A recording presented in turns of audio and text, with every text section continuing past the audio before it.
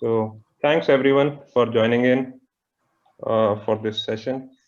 This session is organized as part of the various series of sessions that we do at DF or Digital Futurists. Uh, I I am kind of cognizant to the fact that some of you may not be part of the DF community, and I generally ask people who are not part of the community as to why they are not part of the community. Would be good, get in touch with me if you want to know and how to join the community and all, and I'll guide you. But in short, the Digital Futures community was started in 2017, so about 4 years back, 3.5, 4 years back. It's a community which is for learning and sharing, and as a byproduct, collaborating around this ecosystem of technology, and especially new age technologies.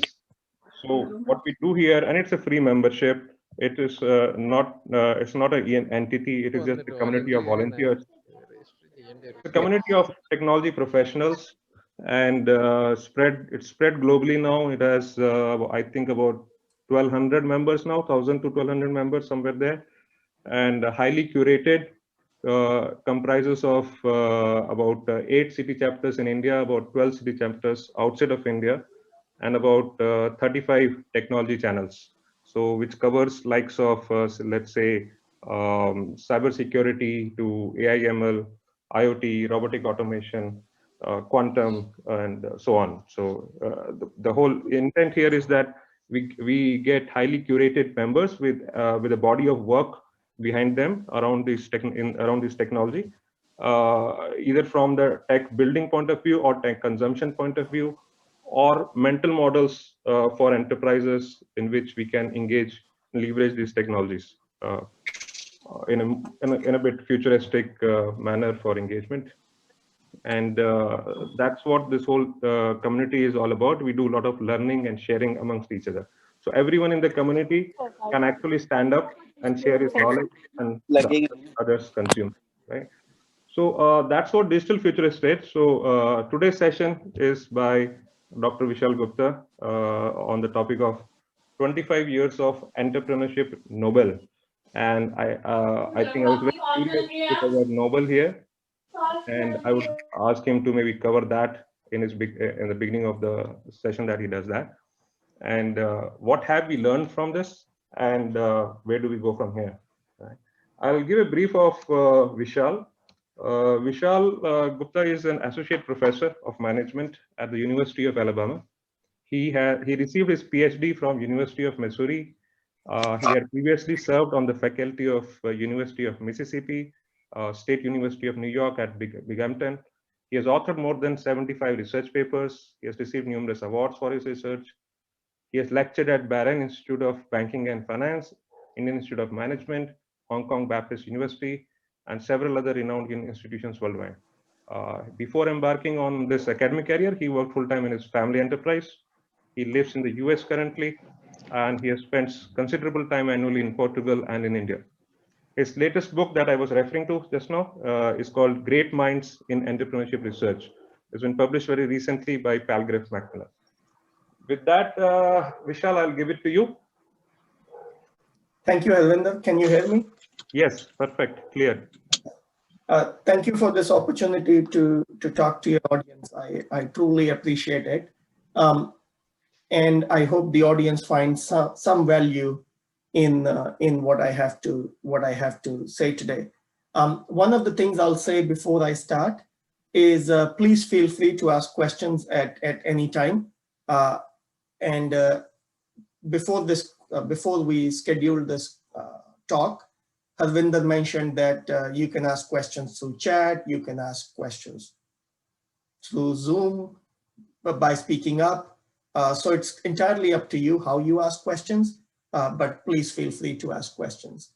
Also, please feel free to ask questions in English, Hindi, whatever language you want.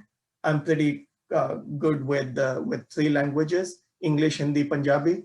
So feel free to ask questions in any language that you feel comfortable asking.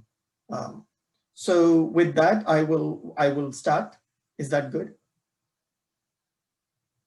Yes, perfect, Vishal. We can start. So Harvinder gave a nice introduction, and I'll add some things to it because we say in academia when we research things at some level, our research reflects kind of who we are. And so I think it's useful to sort of give a little background about me. As Harvinder said, I teach strategy and entrepreneurship at the University of Alabama in the US. I did my undergraduate degree in engineering from Gyani Singh College of Engineering and Technology in mechanical. That is where I met Harvinder. And there's another person on the call from the time we were together in college, Ashwini Monga. So my regards to him for being on the call. Today, Gyani Singh College of Engineering and Technology, my understanding is known as Maharaja Ranjit Singh Punjab Technical University. It's still in Bhatinda. Many of you may not know where Bhatinda is. Watch the movie Jab We Met, and you will see where Bhatinda is. But the reason I thought I would mention this is because Bhatinda then, as now, is sort of like a tier 3, tier 4 city that is, way out of the normal path of most people. And as I mentioned, as I discussed on page 10, I believe, of the book, or on page 12 of the book, there's this long tradition, especially in the US, of locating educational institutions in sort of faraway towns. And in the book, I talk about another book on higher education, and I quote them in saying that maybe the reason for that was because they wanted to seclude the professors and the students away from sort of the big cities, so that people would, focus on the educational experience. I don't know how true that was for us in Bhatinda, but I do know that in the book I discussed this. The flip side of that is when you are secluded, it's sometimes hard to think about sort of the practical relevance of your education for professors as well as for students. And I discussed that in chapter 1 of the book. I think the other thing also becomes that when you are in these small towns, especially back in the time in the 90s when we were there pre-internet, sort of you don't know the developments going on in the world. I think that has changed post-internet, but I haven't lived in a small town like that in the longest time. So I'd be curious to hear if anyone has any experiences on that. I got my early lessons about entrepreneurship in the family business, making industrial machinery. So that was where I got my earliest training in what business is, what entrepreneurship is. And that has shaped a lot of what I think to this day, even though I've been exposed to a lot more than I was back then. But that sort of early experience has remained with me all these years, and it shaped my worldview on entrepreneurship. And I'm happy to talk about that. I also realized as I became more immersed in the world of entrepreneurship as a professor, that my early experiences, although useful, had the shortcoming that they were not scientifically grounded. And I don't think much has changed with regard to that in the world. And one of the things I'll talk about is how I think that needs to change in terms of exposing the younger generation to entrepreneurship. In 2000, I decided to pursue higher education in the US. That was something I'd never considered before. So it was a completely new decision for me. And then I started my master's in industrial engineering at Penn State in 2001, just a few weeks before the 9/11 attacks in the US. And as you know, the 9/11 attacks, changed the US system quite a lot. In 2002, I decided to transition from engineering to business. I was not enjoying the engineering classes very much, but I loved the business classes. And I think these two decisions, the 2000 decision to sort of pursue higher education in the US, for which, to be honest, I wasn't really well prepared. And the 2002 decision to shift from engineering to business was sort of like the two big turning points in my life. And if anyone has any questions about that, I'm happy to talk about that. One of the common questions I get, and I imagine some of you get too, well, if you changed to business, did your engineering education, was it useful? And my answer to that has always been very, very useful. The engineering education provided a strong foundation for the subsequent business training. And as I'll discuss today, one of the laureates, one of the people who won the award, Kathy Eisenhardt, and many others in our profession have engineering undergrads or engineering masters, engineering background. So it's not uncommon for people in business academia to have engineering undergrads. My favorite example for Indians is Raghuram Rajan, of course, who has an undergraduate degree in engineering and then went on to be a finance professor and of course the governor of the central bank. So I think engineering education is useful. And I commend Harvinder and his group, Digital Futurists, for sharpening, honing, encouraging people's technological exposure. So sort of with that background, I'll launch into what the discussion today is. Any questions? So the presentation today is based on my recent book, Great Minds in Entrepreneurship Research. And the book covers the work of some of the leading scholars of entrepreneurship research. And the way we identify those leading scholars is to talk about the Global Award for Entrepreneurship Research. It's a Sweden-based award for researchers who are deemed to have made the most significant contributions to the academic field of entrepreneurship. So that's the important part here. The award is not for entrepreneurs. It's for people who research about entrepreneurs. And so that's what this book covers. The award was first given in 1996, and I'll talk about the interesting history of the award in a few minutes. And the latest award was given in 2020. Of course, it's an ongoing award. And 27 awardees have been recognized over the last 25 years. So the award has been in existence 25 years, and 27 awardees have won the award, and the book discusses all those 27 awardees. Just as an aside, at some point when I was writing the book, it seemed like the book would be 500 pages, because as you can imagine, discussing each awardee's work, and this is a lifetime of work, right? So with 27 awardees, 20, 30, 40 pages on each awardee was not too much to write. And the book did end up being about 500, 600 pages.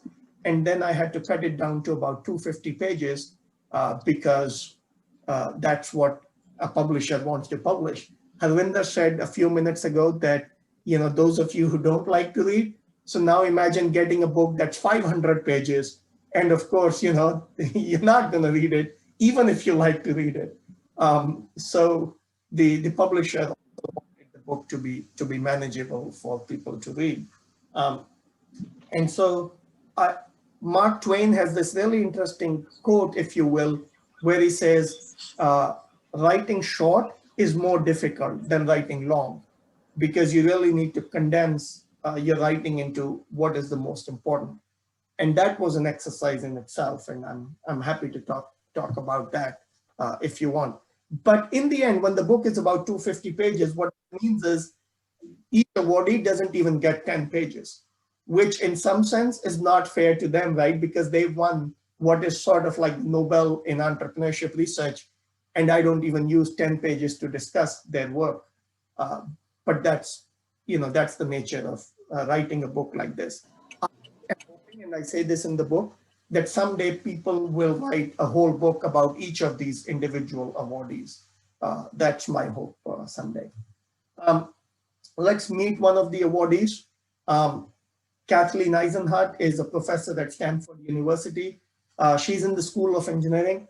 So again, a shout out to those of my friends who are engineering majors, engineering undergraduates, engineering graduate degrees, is engineering has a lot to say in sort of conversations about business and entrepreneurship. She received the 2012 award, and she was the first independent woman to win the award. Of course, there were other women before, and I'll talk about that, but she was the first independent woman. There was another group of women who won the award before.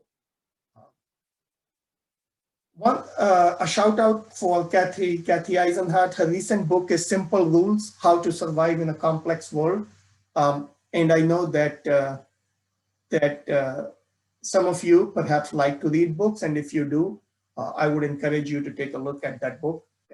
So Kathy Eisenhardt is well known for her work in the high tech, on companies in the high tech industry, particularly computers. So she's well known at Google and Apple and sort of, the world of high tech computer industries there, computer companies there. Born in 1947, completed her PhD in 1982. Her entire career had been at Stanford, and now, of course, she has honorary doctorates from several institutions around the world. Like I said, if you look at her bachelor's degree, it's in mechanical engineering.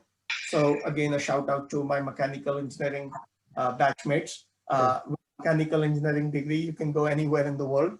And a master's in computer systems. Now, remember, this was back in the 1970s when, computer systems was not what it is today, right? So she was one of the early students, if you will, of computer engineering. When she started her PhD, she wasn't particularly interested in doing her research on computers. In the late 1970s, she was debating, should I study banking, which was undergoing disruption in the US at that point.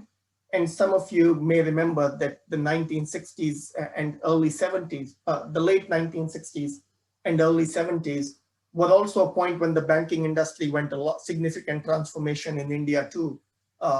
And so we won't go into that, but the banking industry was undergoing transformation. Or the computing industry, which was undergoing disruption back at that point with microprocessors, right? So she had these two paths she could take. And she decided, well, I'm in the engineering school, computing will play better with the faculty if I study computing, not banking, right? So that's what she did. And because she went into the computing industry, and the computing industry took off, right? The region underwent a significant change. The region around Stanford underwent a significant change with the success of all these computing companies. And Eisenhardt's career was also on an upward trajectory from there.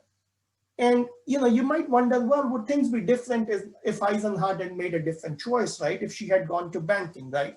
Would she be equally successful? Perhaps yes. She's a really intelligent person, really successful professor. So perhaps we don't know.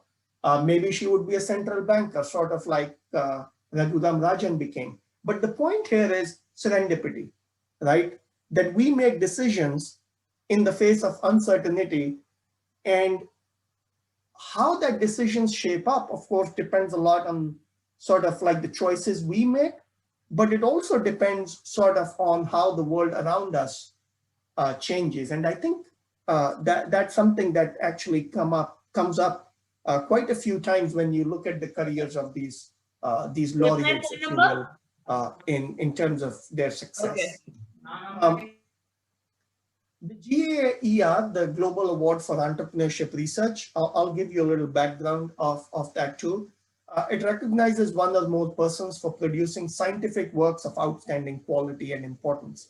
So that's the key, right? That the work that they should be doing work that has credibility as scientific work. And they should be making contributions to entrepreneurship and small business development, the role of new firms, and the role of small firms in economic development. And in fact, that's something I talk about in chapter 2, how in entrepreneurship, there's an increasing debate about small business and entrepreneurship, which is pretty interesting given that for most people, entrepreneurship and small business are highly connected in the business world, if you will. But in academic circles, there's more of a debate on this topic. Um, Two organizations in Sweden came together to give the award, the Swedish Foundation for Small Business Research and the Swedish Agency for Economics and Regional Growth. And in the beginning, it was also, and these are their Swedish acronyms, the acronyms in the Swedish language, FSF and NewTech. They contacted the Swedish Central Bank for, help with giving the award, but the bank governor rejected the proposal. They contacted the Swedish Central Bank because that's the bank that gives the Nobel Prize in economics. All the Nobel Prizes are given by the money that Alfred Nobel left for the awards, except the economics prize, for which Alfred Nobel did not leave any money and he did not stipulate a Nobel Prize in economics. That was the Swedish Central Bank that decided to add a Nobel Prize in economics. So that even though in common language we call it the Nobel Prize in economics, it's not truly, in actual words, it's not truly the Nobel Prize in economics. It's called the Swedish Central Bank Prize in Economic Sciences in memory of Alfred Nobel. That's a mouthful, so most people just call it the Nobel Prize in economics. The governor said, no, we are not interested. Here's another classic case of serendipity, right? Fortune or unanticipated sort of trends, unanticipated events. A journalist discussed the governor's reply in the newspaper. A high-ranking manager in a Swedish telecom company, Telia, read the newspaper article and said, well, we would be happy to fund it. Let's talk.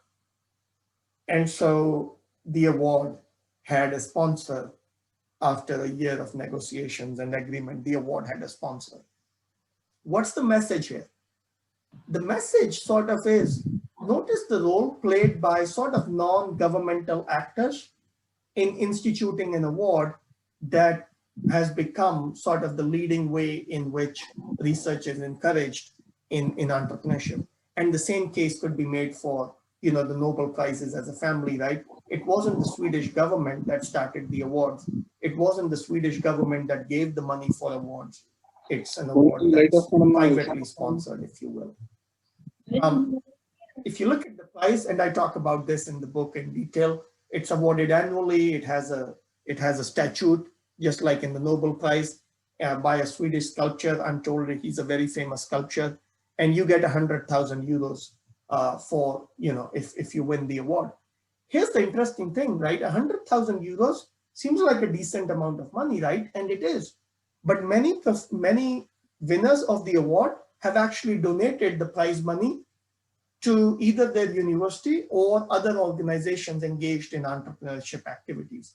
So instead of sort of saying, here's 100,000 euros that I win, they've said, here's 100,000 euros that I'm going to donate to the betterment of entrepreneurship or education,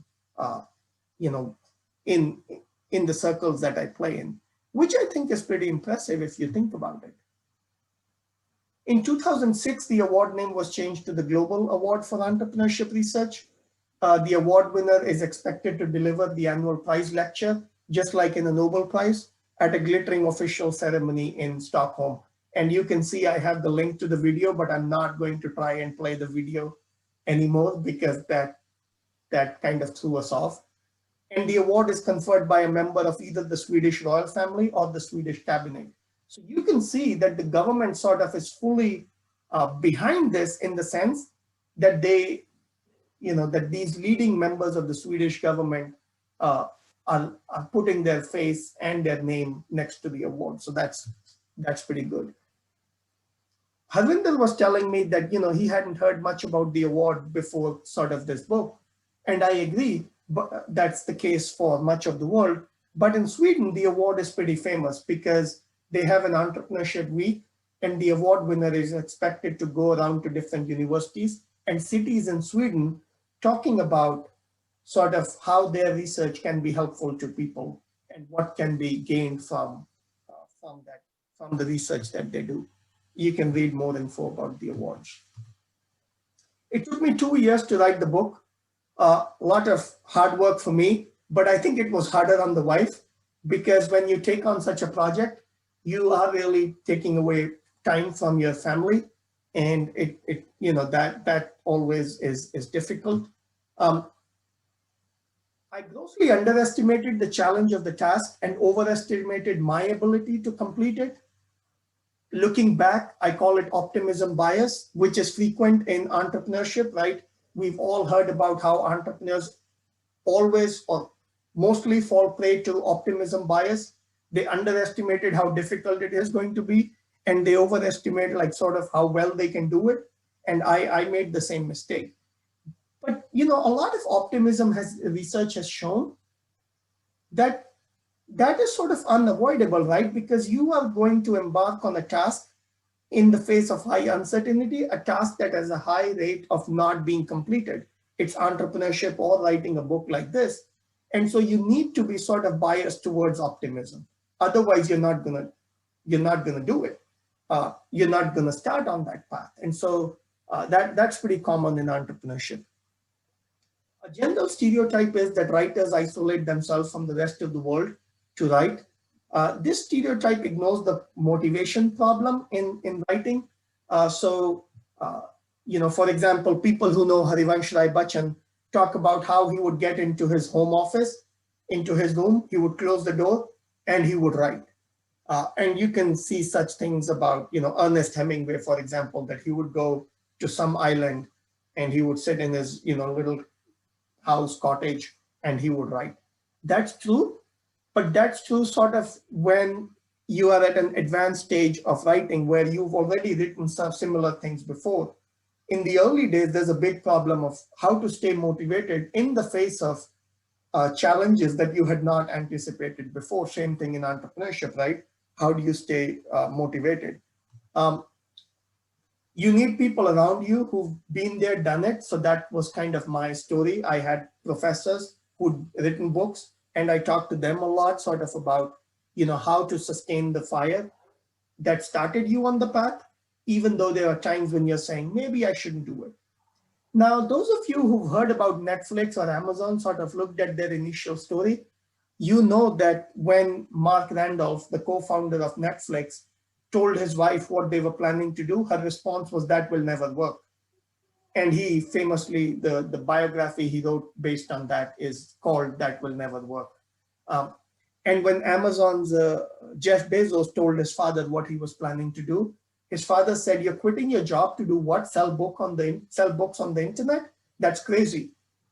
And so you need sort of those, if you will, naysayers or people who don't share that optimism bias. And why do you need that? Why do you need that? Harry Truman, who was like a former president of the US, he used to say that when you embark on something, you'll hear a lot of people around you simply telling you how great, keep going. But you do also need to hear the 1 or 2 or 3 voices that are telling you you won't succeed or this will not work, because you want to figure out what their concern is and then address those concerns. And I think the same was true for me in writing this book too, that, my wife sort of played that role and some other people too. And I appreciate that because it kind of made me think about, okay, why would this not work? Especially when I'm feeling disheartened in writing this, like, what are the things I need to be careful about? So we can talk more about that if you want. What did we learn, right? In terms of, what did we learn about entrepreneurship? One of the things that I got from writing this book or in doing the research on this book is the important role of geography. And in the history of the award, 3 people have been given the award for sort of geography. Now, geography is an interesting thing to focus on because not everyone agrees that geography is important. Many people believe that in today's age of, internet and connectivity and, virtual, location is not important. You can start a business in any location, regardless of tax rates, living condition, whatever, right? That you can start a business from your home in the middle of nowhere and you can run a business. That is true to some extent, but it ignores the important role of geography. And what I discuss in the book is this concept of industrial districts, which is sort of a geographically clustered set of small and medium enterprises that focus on a particular industry, but they are located in a certain geography. And original research on industrial districts happened in England, then in Italy. There are industrial districts in other part of the world too. The audience today is, all Indian, so I'll say there's industrial districts in India too, right? There's the sports goods manufacturing district in Punjab near Jalandhar. There is sort of the machine tool industrial district in Rajkot, in Ludhiana. There's the diamond cutting industrial district in Surat. So there's industrial districts, some industrial districts, or at least things that you could call, say, are close to industrial districts, but not much work has been done on them. It's not even clear if they are true industrial districts. And as I explain in the book, industrial districts are not just companies geographically clustered together in an area. There's more to it than just being co-located in a certain area. And my sense, and I've visited some of these industrial districts in India, for example, Ludhiana, Jalandhar, but I would certainly like to visit more like Surat and Rajkot. But the point is, it's not clear that they have the other elements that researchers are talking about in terms of, being true industrial districts. For example, a system where if you are a next generation of one of these companies in the industrial district, that you sort of learn the tricks of the trade in another company in the same industrial district. I don't see that happening very much in terms of professional colleges and institutions located in that industrial district whose job is to sort of take those companies to the next level. I don't see that yet, but the truth is not much work has been done on them. And I think it made me realize that we underestimate the importance of geography in entrepreneurship.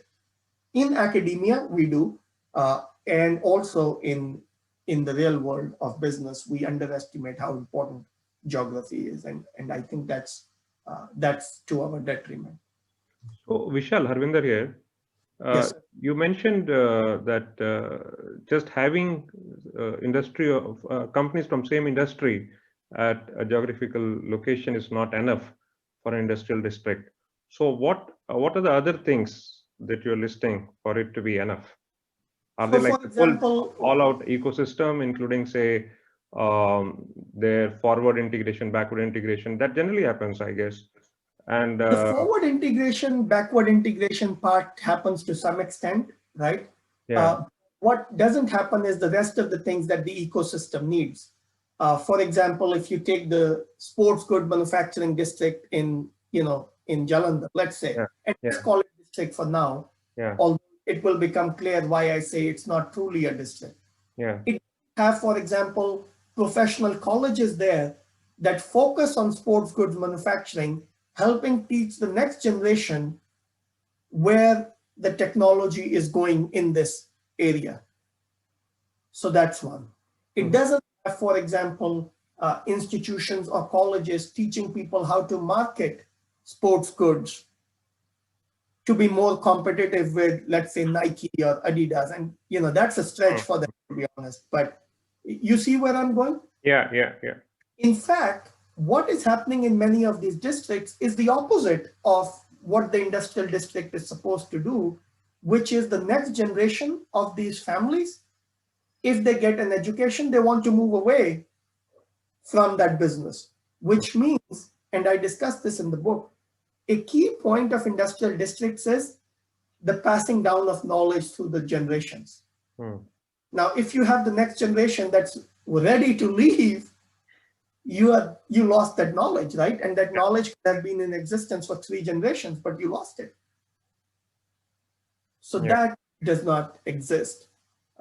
And that's my, So right with the ecosystem, it's the other things in the ecosystem that does not exist.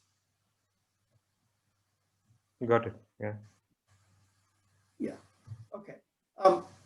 The other thing is there's a common perception that entrepreneurship is important because entrepreneurs create jobs and contribute positively to economic development. And, that's a common perception. And 3 times the award has been given to scholars for their contributions towards a better understanding the purpose of entrepreneurship research. So sort of like we are doing this research because it helps with those goals. And 3 times for how small firms contribute to the economy, the award has been given. The truth is, who creates the most jobs for others? First is most of the research on in this area is limited to a very small number of countries, the US primarily, and some European countries like the UK. But there's not much research on this issue in the rest of the world. For example, there is no understanding, if we were to take the case of India, in the last 20 years, have more jobs been created by large firms or small firms? We don't know. Is it the IBMs and the Reliance and the Microsoft or the GE or the Tatas in India that have created most jobs? Or is it new startups like Flipkart was once, or like Oyo was once, that are creating the most jobs? We don't know. But we take it for granted that we know. The truth is we don't truly know. What we know from the US and UK and maybe some other European countries, although I would say primarily US and UK, is that it is not that all small firms create jobs. A very small group of small firms that grow fast, what some people call small rapid growth firms, they play the biggest role in job creation. Okay. Now, what does that mean? When I say they play the biggest role in job creation, it means job creation for other people. Okay. Every small firm that starts creates at least one job, right? For the person who's starting it. Yeah. So I'm talking about job creation for other people here. It's not trivial, the jobs they create for the person starting it, right? So for example, in the US, non-employee firms create about 28 million jobs. So that's about 8% of the US population, which is pretty significant, right? But in terms of creating jobs for other people, that's sort of where we are. Yeah. There are also 5 times that the Global Award for Entrepreneurship Research has recognized sort of subdomains within entrepreneurship research. And I won't read all of these, but you can read it on your screen. But the one that sort of spotlight here is women-owned firms. In 2005, in 2007, the Diana Group, and the Diana Group won the award for their work on women's entrepreneurship. And that was the first time women won the award, but they were like a group of 4 women, not an independent woman. Traditionally, and in for many people, women-owned firms are considered lifestyle ventures, right? Some women started it as a part-time endeavor or a sole proprietorship. And yet the truth is that in terms of number, women-owned enterprises, women-owned businesses make a significant percentage of the entrepreneurial population. And the Diana Group's role was sort of highlighting the supply and demand side of women entrepreneurs who want to grow their ventures. And despite them winning the award, despite about a 20 to 30-year-old history of women entrepreneurship, the truth is that sort of, the Juliet remains missing from Romeo and Juliet. So that means, what I mean to say is that women entrepreneurs remain missing from our conversations about entrepreneurship. If you turn on the TV, right, if you look at the newspaper, much of the spotlight is on sort of male-led ventures, right? Jeff Bezos, Bill Gates, Steve Jobs, but where are the female-led ventures? And I believe that if you ask most people in the US or in India to give you even 5 or 7 examples of like successful women entrepreneurs, you won't get much. And so in the popular imagination, women entrepreneurs are not being discussed much. The same thing in research. despite the Diana Group winning the award, the pipeline of leading edge papers focusing on women entrepreneurs is pretty thin. And I think that's a cause for concern, because I don't have to tell people in this audience, right, highly educated people who are in this call, that, I mean, all of the women in your family are now going to colleges and getting an education, right? And many of them are going to have careers. And yet, you know, we don't have we are not kind of discussing about their entrepreneurial prospects. Harvinder, I know we are getting close to sort of the time, but I want to pause and ask if there's any questions at this stage. Then we can ask questions. Sure. So, and you know, I know we are getting close to the end, so I'll sort of, you know, not cover it. Take your time. Take your time. Even 5-10 minutes extra, it should be okay. Okay, perfect. Thank you. So if you all the business professors in the world are sort of part of this Academy of Management. And originally, entrepreneurship was considered a spin-off of the business policy and strategy. So there's sort of a long history of entrepreneurship and strategy, you know, being tied at the hip, if you will. You know, business professors are not known for colorful language, but some of us use colorful language. And one of the metaphors that we like to use in business, in at least the professoriate circle, is that entrepreneurship without strategic perspective is like Romeo without a balcony. And, you know, from the famous Shakespearean drama, Romeo and Juliet. And strategy without entrepreneurship is like the balcony without the Romeo. Now, one of the things I found in my research for the book is that if you look at the original Shakespearean drama, there is no balcony, because there was no concept of balcony at the time in England. So it's pretty interesting how the balcony got added to the whole Romeo and Juliet story and drama, but that's a story for another day. 4 scholars over the years have been awarded sort of the award for doing work at the interface of strategy and entrepreneurship. I would like to highlight today the work of one of them, Shaka Zara. And his work talks about how do firms behave entrepreneurially. And that's very important, right? Because if firms are not able to behave entrepreneurially, what that means is they will not be able to compete with nimble upstarts. And the history of business is littered with examples of established companies not being able to compete with upstart companies. So only a minority of companies are actually able to compete entrepreneurially. I mean, my favorite example that I give to students is, you know, IBM and Microsoft, right? Or IBM and Apple, right? I mean, we know how that went. But there's also many others, right? Blockbuster, which was a big chain of video rental stores in the US, and Netflix, for example. And Shaka Zara has also done a lot of work on knowledge in firms.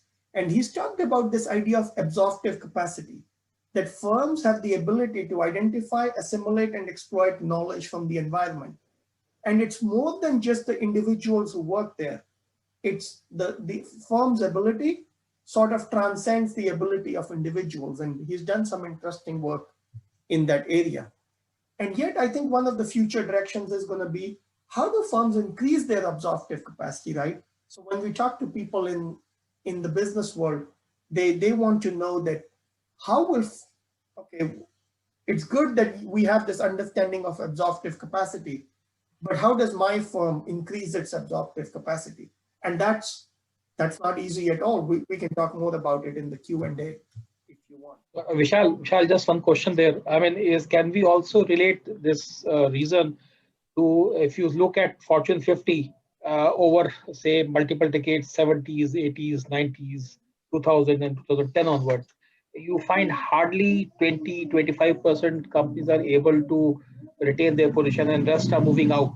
Is it because of the absorption? Yes, so that is entirely correct. That is part of what we talk about in corporate entrepreneurship, that even Fortune 50, Fortune 100, Fortune 200 firms, right, which are the largest companies in the world, they don't have the staying power, right, because new upstarts come. And in fact, Clayton Christensen wrote a whole book on this issue of how new companies come up and they displace the existing companies. And Shaker says, why does that happen? That happens because the existing companies forget how to compete entrepreneurially. There was a time when they used to compete entrepreneurially, and then they forget that. So yes, sir, that's a very good point. And I think that's where this relates very well to, a common problem we see in the business world. Does that answer your question? Yes, thank you. Thank you. 3 times the award has been given to people for their overall research program in entrepreneurship. So Paul Reynolds, who's one of the, who's a famous entrepreneurship professor, he has these large-scale empirical investigations into entrepreneurship. If you Google Global Entrepreneurship Monitor, you will see one of his sort of creations. It's a study of more than 50 countries tracking, people's intentions and people's behavior towards starting new businesses. So that's what he studies. And Scott Shane, who's done a lot of work in terms of bringing entrepreneurship to the common people through his books, rigorous research, and doctoral seminars. I can tell you, when I started in the PhD program, there was not good training for PhD students in the US in entrepreneurship. And Scott Shane was one of the few professors nationally who held like week-long seminars where you could go and learn about entrepreneurship education. And I did, and several of my professorial colleagues here did too. But the same is the situation in India today. You don't really have these sort of champions of entrepreneurship who are doing work that would create this knowledge base for the future generations in terms of entrepreneurship. So we look at the work of these leading scholars and we say they've served entrepreneurship research in such profound ways. But where are these scholars in, let's say, India, China, and many other parts of the world? And until we have those scholars sort of there, you are not going to have much of entrepreneurship research sort of coming out, like good quality research coming out from those countries. That's just the way it is. One of the things I've learned over the years doing entrepreneurship research is the individual person does make a difference, even though sometimes it doesn't feel that, but it does make a difference. In the 1990s, when Harvinder and I and some of our other friends on this call were going to college, going in our undergraduate years, the academic research on entrepreneurship could easily be read within a couple of months. Today, that is no longer the case. I don't know if Harvinder remembers this, but we had an entrepreneurship course. Yeah, I do. And we unfortunately we didn't learn very much from. I'm yet to meet any one of our cohort who says they learned a lot from that course. But that is no longer the case. Today, the academic research on entrepreneurship is so huge, and I discussed this in the book, that it's hard to keep pace with it for anyone, including researchers in the profession. And the knowledge becomes even more complicated when you think that few of these awardees have written for a general audience, which means even though so much knowledge is being created, very few of it is actually going to the general public, which is unfortunate, right? Because that's what we, what we need in the sciences, right? Why is that so? So entrepreneurship research is not a mainstream and as jazzy as entrepreneurship by itself is, right? And as a term. Well, I mean, the research. I mean, research on anything is not as jazzy as actually the practice of it, right? Yeah. Sort of, looking at the stars through your telescope is much more fun than, actually doing research on astronomy, right? Yeah. So that's true in entrepreneurship too, and I accept that. But the other thing is, it's really hard for professors who are trained in sort of the rigor of science to explain things in a simple manner that the general public, the general public wants stories. The general public wants, sexy things. Yeah. And, if you look at academic research, it's just not packaged that way. But some of the entrepreneurship researchers that have won the award have done a good job. Kathy Eisenhardt, Scott Shane, they've written for sort of not, I wouldn't say like the general public, but the educated general public. They've written for them, they've written articles for them. And I encourage you to take a look, for example, at Scott Shane's The Myths of Entrepreneurship, which I think is important, even though I don't agree with all of it, but I think it's important for those of you who may be thinking that their kids should go become an entrepreneur, which I find very commonly these days. I encourage you to read that book, The Illusions of Entrepreneurship, The Myths. There's some interesting work that one of the awardees did on informal economy. Hernando de Soto, he's the only Latin American who's won the award. He's from Peru. And he has a very provocative thesis. And yet, his thesis has not been tested. His thesis has not been examined in other countries, which it should be. And his thesis has not even been rigorously examined in his own country. And his thesis is that a lot of what happens in Peru and India and Africa and many of these developing countries, if you will, is that there's a big informal economy. For example, people have housing that is not on the books, but it's sort of like they occupy some land and they build houses, like little huts or little slums or whatever. And he says, for all practical purposes, they have ownership of these places, but they don't have property rights. And he says you should give them property rights.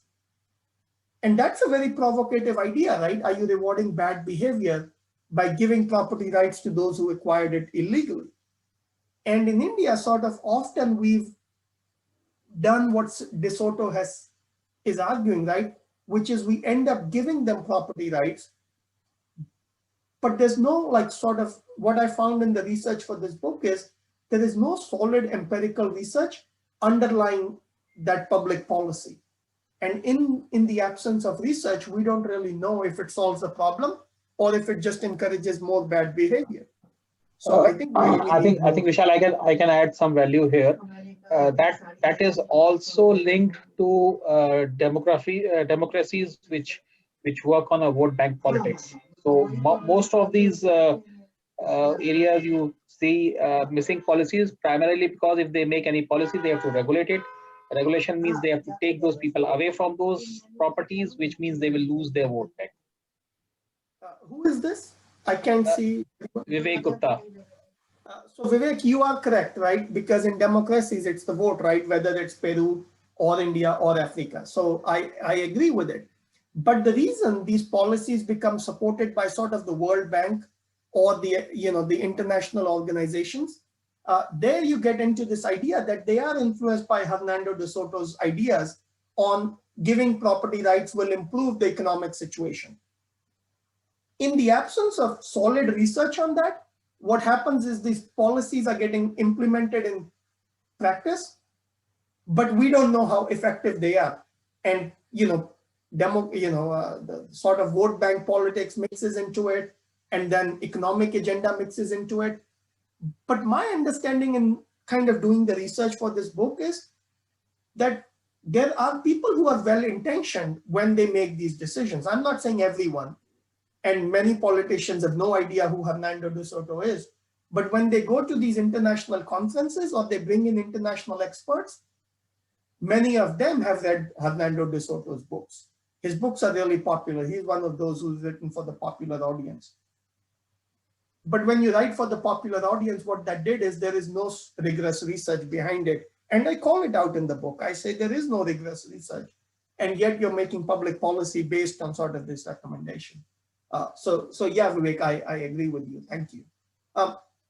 Sort of my last thing now, and then I would love to hear more questions and comments, is I find it really unfortunate that family firms have been missing from the conversation about from the Global Award for Entrepreneurship Research, even though much of the business activity in the world happens through family firms.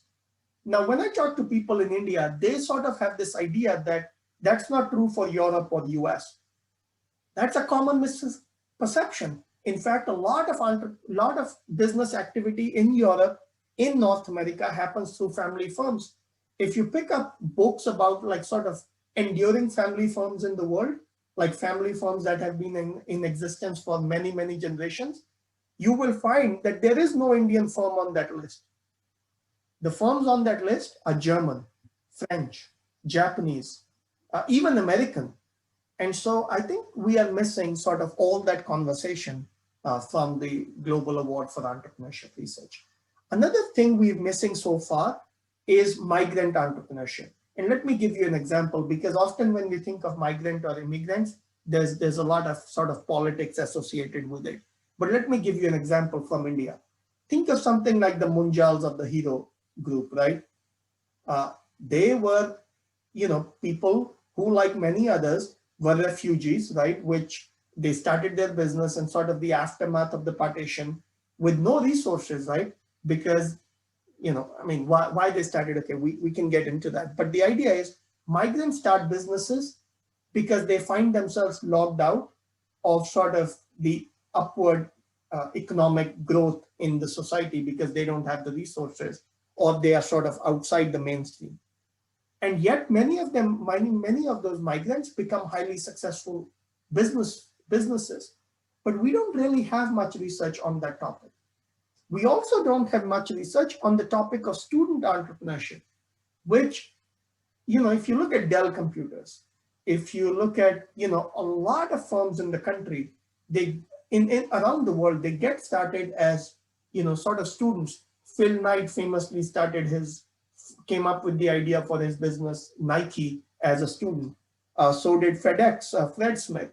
So I think we are missing sort of all those pieces from the Global Award for Entrepreneurship Research. And we need we need more good quality research in these areas to help us understand this better.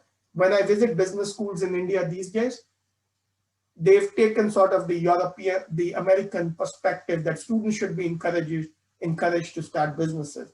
That is true, but where's the research sort of on that topic to guide what and how students should do? Major countries like India, Germany, Japan are missing from the conversation of the Global Award for Entrepreneurship Research. That's unfortunate. I have my views on why that is so and why that is unfortunate, and I'm happy to go in detail on this, if you will. One of the things we see in entrepreneurship research now is the decline of the generalist, which means that the academic literature has become so broad that you are unlikely to find many people going forward who sort of have a general understanding of the field and a grasp of the field as a whole. Instead, what you are seeing and what you see in sort of physics or chemistry, which is most scholars are like real specialists, and they are really sort of, their expertise is limited to one domain. My example, I'm working with a PhD student in India these days on crowdfunding. And one of the things she's kind of found in her research is it's a young field, only about 10 years old, but the knowledge base is already like hundreds of papers. So even before this PhD student starts doing research in this area, she's expected to have an understanding of like hundreds of papers that have been published on this topic. And I think you're going to see that across the board, which is unfortunate, because if there's one thing that I think most entrepreneurship professors agree on, is that entrepreneurs are generalists. They need to know sort of a little bit of everything. They need to be jack of all trades, if you will. But that's the price we must pay for scientific progress in this area. Is it's going to be increasingly difficult to have generalists who have sort of a big picture understanding of all aspects of entrepreneurship. On that note, and I think I already am 10 minutes above time, I'll stop. Thank you very much for your patience. But I would love to take some questions or comments. So, Vishal, this is Vivek again. I would like to ask, given this contextual scenario of entrepreneurship and research we have done, if we have to create some meaningful actions for the set of new entrepreneurs coming in and venturing into startups, can we come up with some 3 or 5 simple rules or simple messages for them? Vivek, I like your take on the simple rules, right? Well, So that's what works in life. I mean, we say yeah, nowadays what we are missing is a common sense.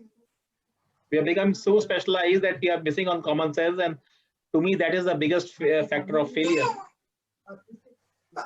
so let me try to answer that question. I think there's I think the question depends on whether you look at it sort of from a public policy perspective, from a No, educator slash parent perspective.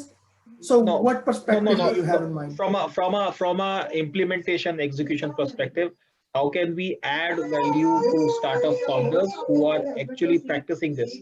No Okay. public policy, no education. It's hardcore results. How can we help them achieve their goals? How can we help them not fail as early or as much? Like the data says, more than 90% startups are failing. Right. The data does say over 90% of startups fail.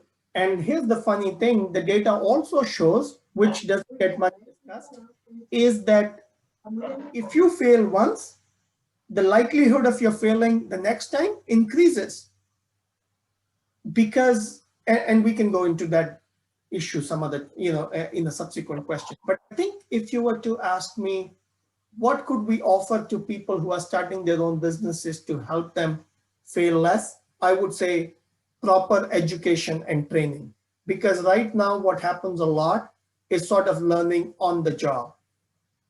If you're an entrepreneur, you're learning sort of as you go, which is important, which will happen. But I think we can do a lot more in terms of education and training in preparing them on that. Okay, so on that note, I would like to take it offline, but I would like to, I think, go much deeper into what kind of education and training, and maybe yeah, I don't happy know to. Yeah, whether you have my whether as email shared. address. Feel free to email me anytime. Sure, Happy to talk about this. Sure. Okay, I see there's a question from Mohammad Nasir. Mohammad, would you like to ask directly? Or were you making a comment rather? Mohammad, you are there? Okay, I'll read it out on your behalf then. Vishal, it was entrepreneurs do not document their success. They only tell about their success stories. So it is difficult to get studies in this field. He's asking, yeah, it was a question. So he's asking, do you agree with him? Yes and no. Here's why.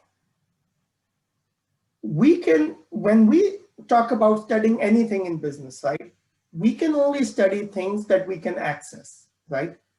And as someone who's been doing entrepreneurship research for the last 18 years, accessing entrepreneurs is challenging, but we've made a lot of progress in terms of accessing. So I was talking about Paul Reynolds' work, who's one of the awardees. He runs these studies, large-scale studies, where tens of thousands of people are contacted every year to understand where they are in the entrepreneurial process, right? Now, the challenge, of course, is, how do you contact a representative sample of the population? And anything we do as professors, as researchers in trying to collect a representative is going to fall short, especially in large heterogeneous countries like India and the US and China and so on.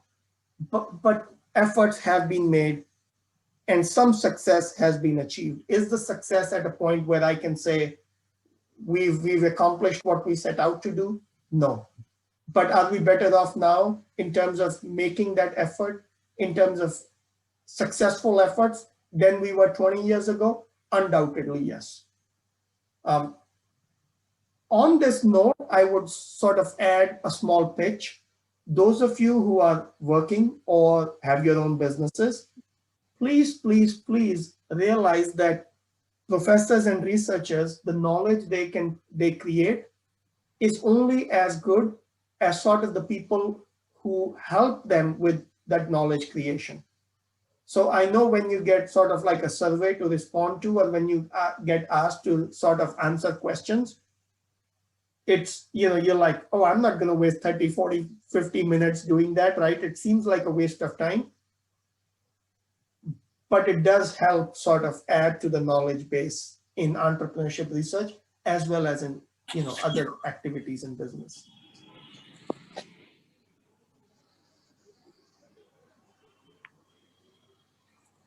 All right, thanks. Maybe we can take just one more question if it's there.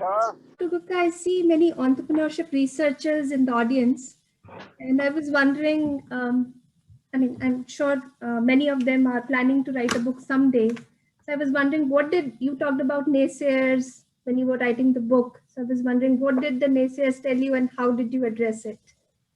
Well, first is, and I've heard like even people like Ashwin Sanghi say this, right?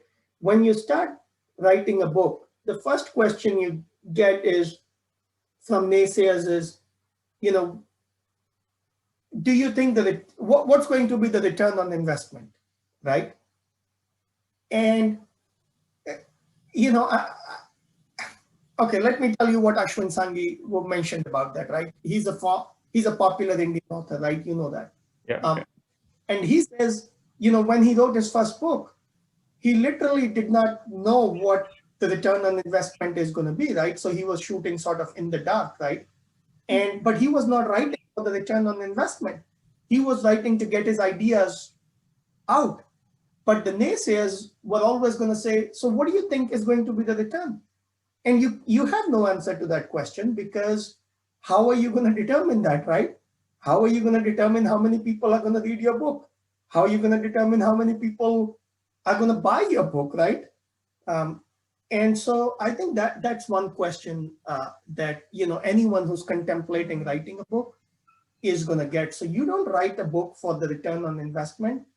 You write a book for sort of the return on the intellectual return on investment, if you will, which is sort of this conversation we are having, right? Not the financial return on investment. Now that may happen in the future, right? Ashwin Sanghi, for example, sells a lot of books. And so does Chetan Bhagat. But when you start, you write to get your ideas out, and the rest may follow. So I think that's one concern. The second is, and this, anyone who's at a sort of stage in life where we are, like in our 40s with established career, you are going to see this, right? Which is, you have limited time and pressing demands on your time from profession, from family, and from other things. And so, the naysayers, and these are usually people who are close to you. And, naysayers is probably a negative word, but I used it sort of provocatively because that's what Jeff Bezos and Mark Randolph ran into is, no, this is not the best use of your time. Go do something else, right? Do something else that sort of has a quicker sort of gratification. And you have to then ask yourself, if I'm doing this and the gratification is not instant, do I still want to do it? And I think for me, the answer was yes. And I know that's not the case for everyone. But yeah. Does that answer your question, Nirja? Yeah, that's very helpful. I also have a quick comment on the point that you made about industrial districts and geography. So I think you were talking specifically in the context of brick and mortar businesses, right? So one would expect that a revolutionary web-based platform based phenomenon like crowdfunding, which I research, would surpass the geographical boundaries. But surprisingly, the research suggests otherwise. So not only is the geography of the business important, but the geographical location of the entrepreneur himself or herself is also important. So I like the fact that you pointed it out, because we hear very little about that. Yeah, so that's a very good point you raised, right? I sort of alluded to this, right? My initial training in entrepreneurship happened in a very brick and mortar business. But when I study entrepreneurship, look at Silicon Valley, right? That's a good example of sort of a cluster, right? An industrial district.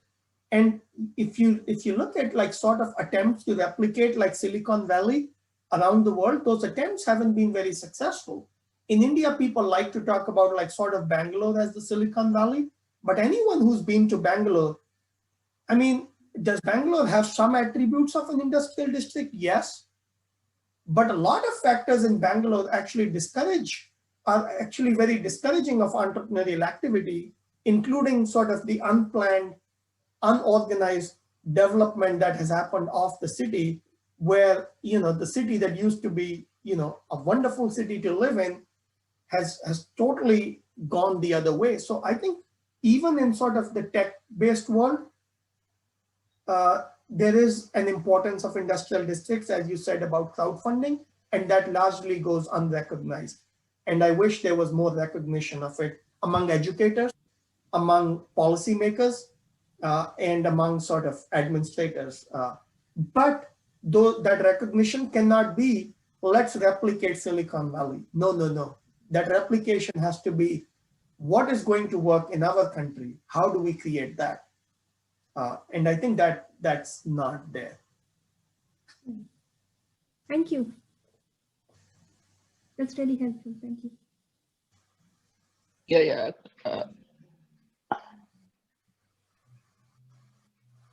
Okay, thanks, Vishal. I think with that we can wrap up. This was quite good. We had never done a session like this on entrepreneurship research. I am not even sure when did that last come to my mind to think about that we should have a session and where we do quite a lot of things around entrepreneurship in itself. Unlike I was mentioning in DF Angels that we do this engagement with the entrepreneurs, the founders of startups every weekend. And we have been doing it for month after month after month. But a topic around research on it, we haven't had a session that. So this was our first session on entrepreneurship research. We will definitely like to call you back again, Vishal, on some of the to zoom in on some of the specific points. I have got your book. I'm going through it now. Maybe I'll come back to you with some questions from there. Maybe some of that can turn up into a session in itself. So thank you, Harvinder. Can I make a last pitch? Yes, please. So one of the things, and you guys, if you are on this call, right, we have 74 people still. You must be at a stage where you are doing reasonably well. And one of the requests if a professor or an educator asks you to speak to their students, please, please, please be willing to say yes and speak to those students. One of the things I found is students like to hear from practitioners. They like to hear from people doing things. And I know that people are busy, right? So people are like, well, I can't do it. But I think it's very, very helpful. And I will say this for all the professors like myself. We would, we love to have practicing people come to the class and share their knowledge with the students. And I hope more people are willing to do that. So. Yes, Vishal, definitely. In fact, I would like to extend what Harvinder was talking of. If you can maybe do some research or some help on the different aspects of startups that we have gone through or we are going through in the next few months, I think we can talk something on that direction that can give you some ready-made material for research and can also help us enlighten some of the knowledge and practices that we can give to practitioners. Thank you. I would truly like that. So yeah, we can discuss that more. Sure. Thank you. Thank you. Okay. With that, thanks everyone. Thanks Vishal for your time, and we will see you all again. Take care. Bye bye. Thank you. Thank you. Thank you, everyone. Very good session. Thanks so much.